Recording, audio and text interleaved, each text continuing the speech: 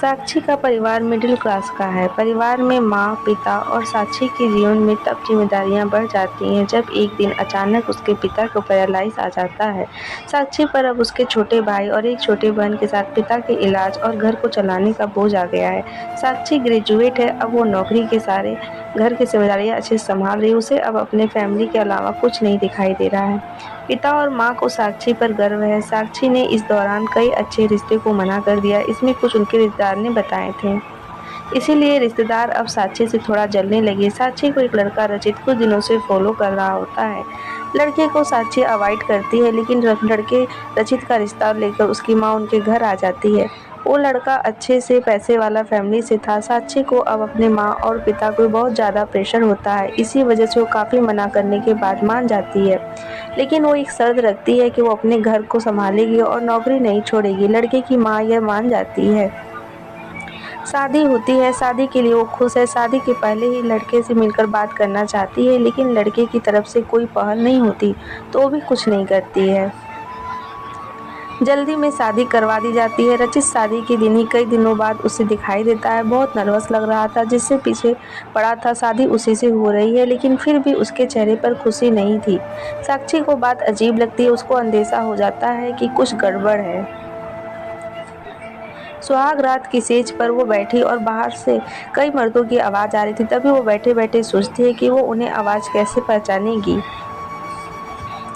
क्योंकि अभी तक उसने उनकी आवाज़ सुनी ही नहीं है। और फिर रचित कमरे में आता है। चेहरे का रंग पूरा उड़ा हुआ रहता है।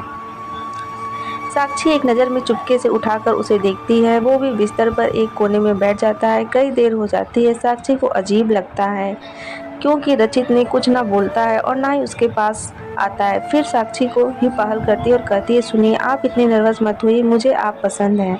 रचित उसकी ओर मुड़ता है। साक्षी उसको पूछती है, क्या हुआ, आप खुश तो हैं? रचित केवल गर्दन हिलाता है। साक्षी बोलती है, मुझे आपसे बहुत बातें करनी थी, लेकिन आपने पहल ही नहीं की। चलिए अब करते हैं। रचित अभी भी चुप रहता है।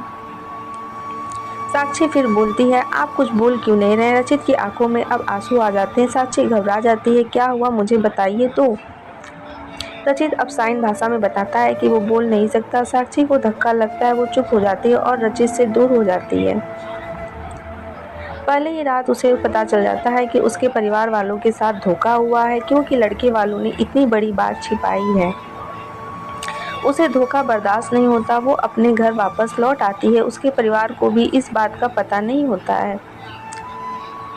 परिवार वाले भी यह सुनकर शौक रह जाते हैं और अपने आप को कोसते हैं कि उन्होंने जल्दी कर दी, पहले ही पता लगवाना था।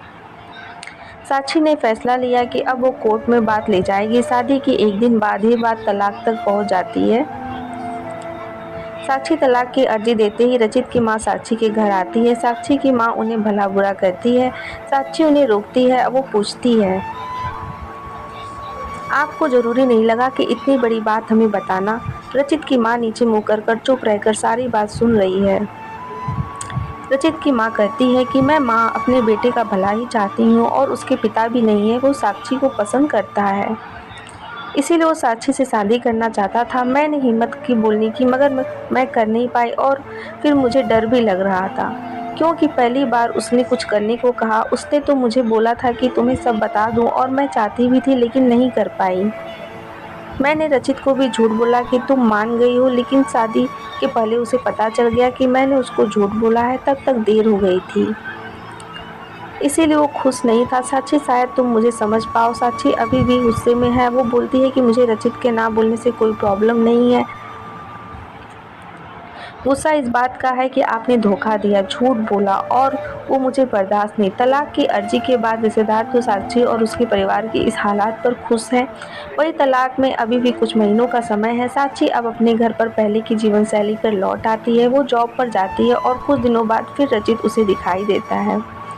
दूर से ही बस अब वो साक्षी को देखता है। साक्षी के ऑफिस के बाहर वो लगातार आता है। 15 दिनों से साक्षी उसे अवॉइड करती है। फिर एक दिन उसके पास जाकर बोलती है, अब यह सब हर करने से कुछ होगा, और न मैं चाहती हूँ तुम कुछ नाटक करो, इसीलिए यहाँ आना बंद कर दो, समझे? साक्षी की बातें वो सुन रहा है। वो साक्षी को इशारे में कॉफ़ी पीने को कहता है, लेकिन साक्षी वहाँ से चली जाती है। अगले दिन फिर वही सचित खड़ा रहता है। साक्षी उसके पास जाकर कहती है कि कॉफी पीकर मेरा पीछा छोड़ दोगे। रचित गर्दन हाँ में हिलाता है। टेबल पर दोनों आमने सामने बैठे हैं। रचित अपने फोन में कुछ मैसेज टाइप करता है। साक्षी उसे देख भी नहीं रही है। साक्षी के फोन में मैसेज आता है। रचित का लिखा होता है, but I really love you so much. कोई भी बोलने वाला तुम्हें मुझसे ज्यादा प्यार नहीं कर सकता। और अब बात तो झूठी भी हो सकती है, लेकिन आंखें हमेशा सच बोलती हैं। एक बार मेरी आंखों में देख लो, फिर तुम्हें जो सही लगे वो करना। साक्षी का सारा गुस्सा मैसेज पढ़ते ही चला गया। वो धीरे अपनी आंखें उठाकर रचित की आंखों में देखती है। उसकी आंखों में